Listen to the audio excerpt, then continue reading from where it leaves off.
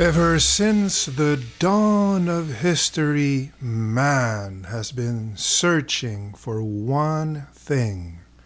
A movie that perfectly combines Dragnet and maximum overdrive. Well, humanity, behold, 1953's The Magnetic Monster.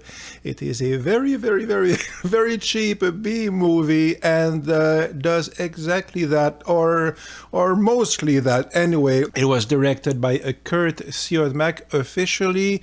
Apparently, it was mostly directed by Herbert L. Struck for reasons that will become apparent later. It stars Richard Carlson from Creature from the Black Lagoon and It Came from Outer Space, King Donovan from Invasion of the Body Snatchers, Frank Gersel from Killers from Space, Leonard Moody from The Mummy, and Harry Ellerby, who played in Fall of the House of Usher. He also has a tiny role in Haunted Palace. He plays the minister. Anyway, what's the story? Well, we have an FBI-like agency called the OSI, the Office of Scientific Investigation, and it is formed to discover invisible threats from outer space, atomic threats mostly.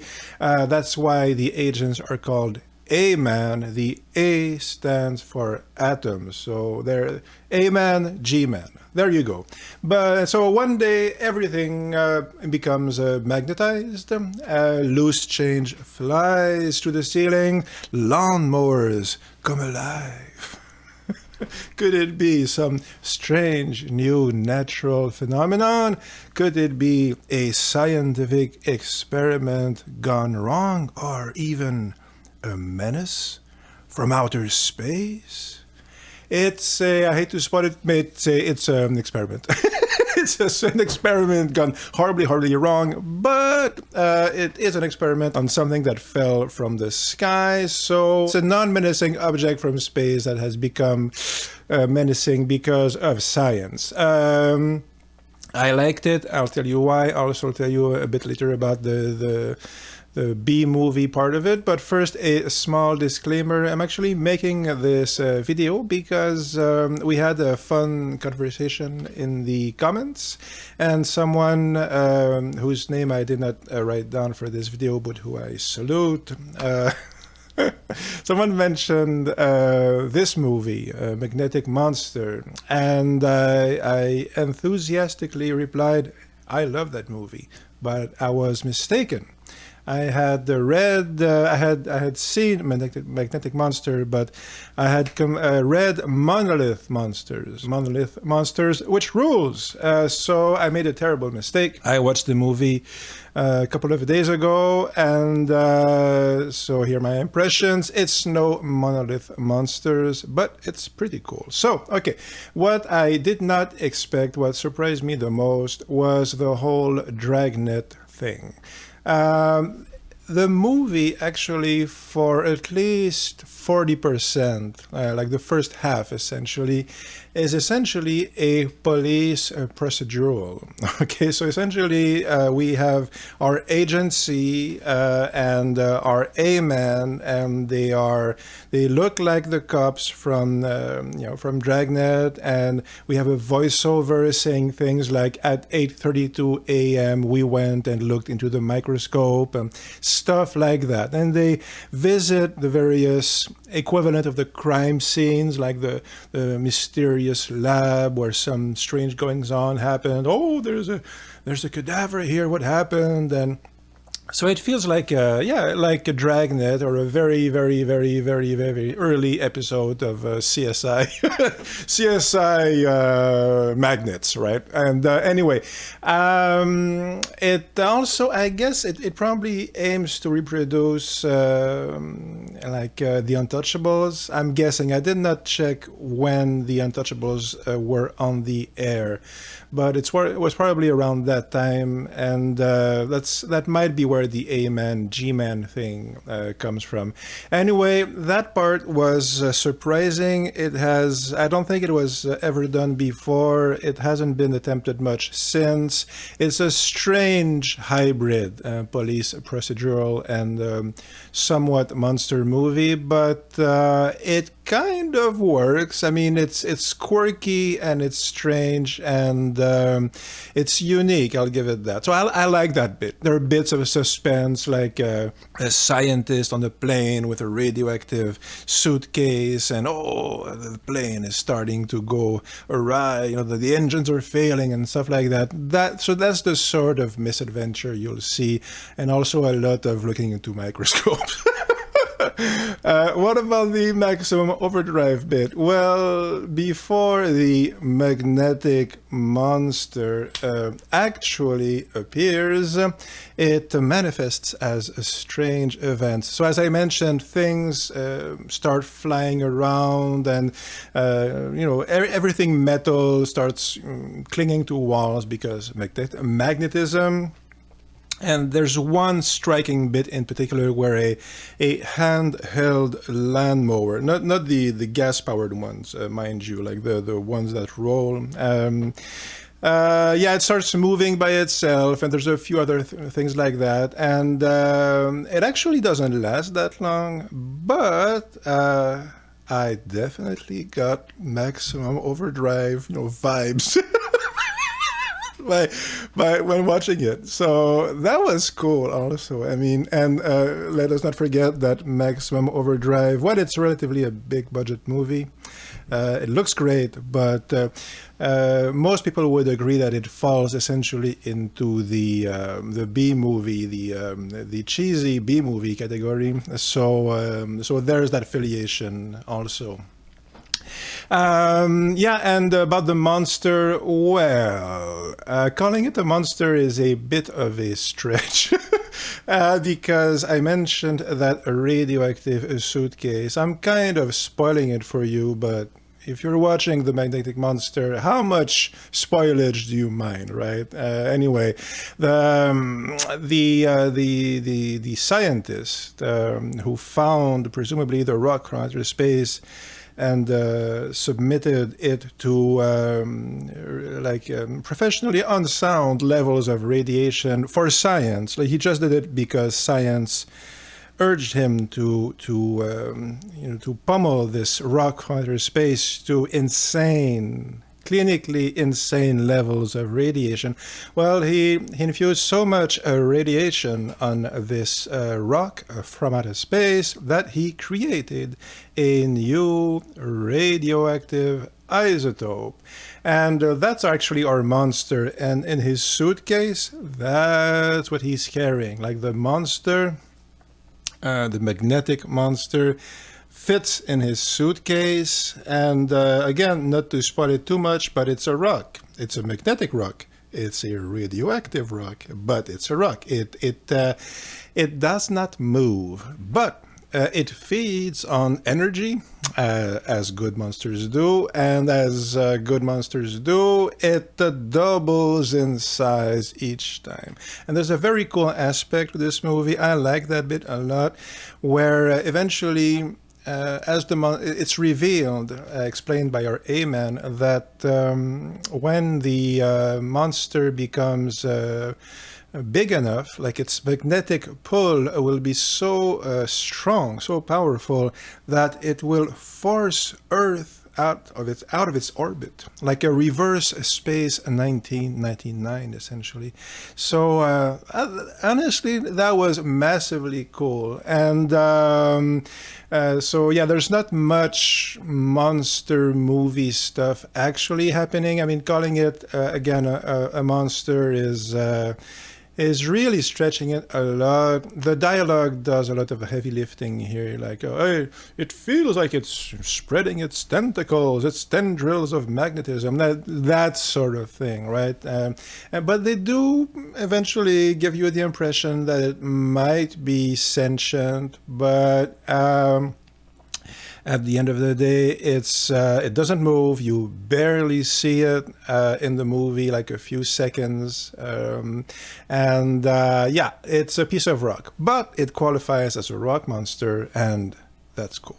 Okay, the movie, as I said, it was directed by, officially by Kurt Siodmak.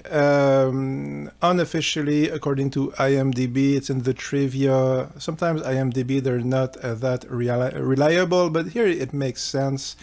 It was actually mostly directed by Herbert L. Struck, who was mostly an editor. Yeah, the movie is not very well directed. It's very stagey. I mean, the camera doesn't move a lot. Like, you put the camera here, you enter here, you move there. That's your direction, essentially. But there are a couple of very effective scenes.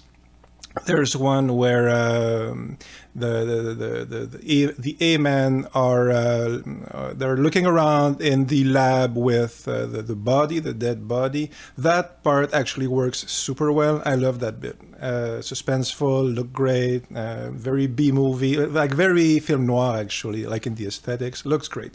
Also, there's a scene where someone exclaims, we're witnessing the secret of creativity. Like... That's all I noted. That's all I put down. Like, I don't remember what the rest of the scene was, but somebody says, we are witnessing the secret of creativity. I thought that was cool. I liked it. Anyway, but most of it really, it is a supremely cheap B-movie. And the reason they hired Mr. Struck, he's a B-movie guy. He did lots of monster movies, and he shot this, but they hired him mostly because of his skills as an editor, and that's because there's so much stock film. This is one of those movies filled to the brim with stock film of radars and, you know, pilots and Air Force jets from the 50s, that sort of thing. It's a stock film movie, and with voiceovers to explain that, oh, we're seeing this, oh, no one could have expected such a magnetic menace and stuff like that, right? But as movies pieced together a Frankenstein style from stock footage, this is one of the better ones. This one actually works pretty well. There are others that are pretty good, like I think the Deadly Mantis is kind of like that. But it's a skill all its own, using stock footage and not making it seem insanely boring. Looking at you, Killers from Space.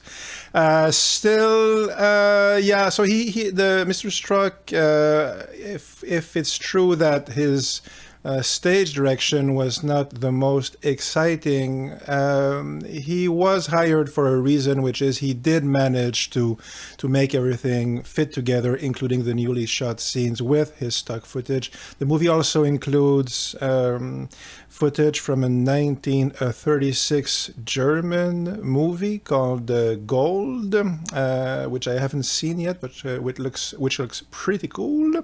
So the last half hour of the movie essentially takes place in a subterranean science station with a kind of cyclotron. Vague echoes of Andromeda's Strain with the underground base and actually underwater, and all that part, all the massive sets with all the extras, which are super impressive, look really great. That's all from the German movie, but it looks great. It's fantastic, and the scenes that were shot for the movie, like the American scenes, which were cut together, it's actually pretty seamless. It works really well. If you didn't know, you wouldn't be able to tell, except for the fact that the quality of the visuals improve so drastically when we get to that part, right? The German movie is better than this one, but it works super well. But still, it's a B movie, so lots of stock film. There's the voiceover. There's so much padding. It's yeah, and mostly there's a lot of it, but the most The worst offender in the padding department is concerns our main character, and he's married, relatively newly married. So there are tons and tons and tons of husband and wife scenes. And that's pretty frequent in American movies of the period. Usually those are always boring, like I've never liked them. It's always padding. But usually they at least try to add some drama. Here's what happens, okay? And this is a huge chunk of the movie. The husband and wife, they kiss, and they say have a nice day, and then oh, she's expecting, she's going to have a baby, but there's no surprise. I mean, we already know this starting in, like there's no, oh my god, I'm pregnant. No, there's no suspense involved here. She's expecting, but she's not gaining weight, and so the husband thinks that she should be growing fatter. He wants a fat wife. And so, yeah, so he makes a huge platter of pancakes. I'm not making this up. Okay, there is the like the riveting breakfast scene where he makes 2 plates of pancakes and sausage and bacon, which look great, by the way. and he serves the huge platter of pancakes and bacon to his wife, but oh, she switches the plates when he's not looking. Yeah, okay, and they buy a house. So they kiss, they have breakfast, and they buy a house. That's a big part of the movie. So padding. It's a 50s movie, so the Army/Air Force, mostly the Air Force here, saves the day. So and the music in the B movie category. Sadly, no AC/DC. This one features. I'm saying this with all the love in my heart, but truly, but this is the cheesiest soundtrack I've ever heard. Certainly in a 50s movie. I mean, maybe something in the 80s, like maybe 80s Doctor Who, but yeah. I mean, the soundtrack here sounds like a 1940s radio soap opera. That's what it is, with the organ, with lots of reverb and some chintzy piano, and but yeah, it's certainly a choice. But that being said, it's super fun stuff. The A-Men are being a government agency, a newly created government agency meant to find the menaces of the atomic age. Well, they have a supercomputer called a Maniac, but we're so in the early stages of computer life, of computers existing in popular culture, that they don't even call it a computer. Like the C in Maniac, it's an acronym. The C stands for computer, but they just call it the electronic brain. And we have lots of scenes of the electronic brain. Apparently it was a card counter in real life. Like in casinos, I guess. Anyway, there's a computer called the Maniac, and they have punch cards, which are always cool, and they ask it questions in their huge database with the atomic numbers of all the elements, and but I like that. I mean, any movie with a punch card computer scores points with me, and that's basically it. Oh yeah. State-of-the-art technology like the teletype. One of the only movies you will ever see where the teletype, like the thing that Mr. Burns uses, is state-of-the-art technology. But that being said, I enjoyed it a lot. It's a lot better than I expected. It's still massively cheap. There are definitely long, boring bits in it, especially the whole marriage stuff. Though the pancakes do look like fantastic. But that being said, this is super fun. I mean, and it may be a static semi-monster, but it's still a kind of rock monster. You do get, remote but real vibes of of maximum overdrive, and at least with the lawnmower bit. And yeah, how often do you see a science fiction movie which is designed as a police procedural, where the last half is made of stuff from a 30s German sci-fi movie? So it's pretty cool. I liked it. Check it out. Let me know if you like it. Till then, I have a Patreon. If you want to support my work, you're the greatest. Thanks a lot. And yeah, till next time, keep watching the skies. Live long and prosper. Take care.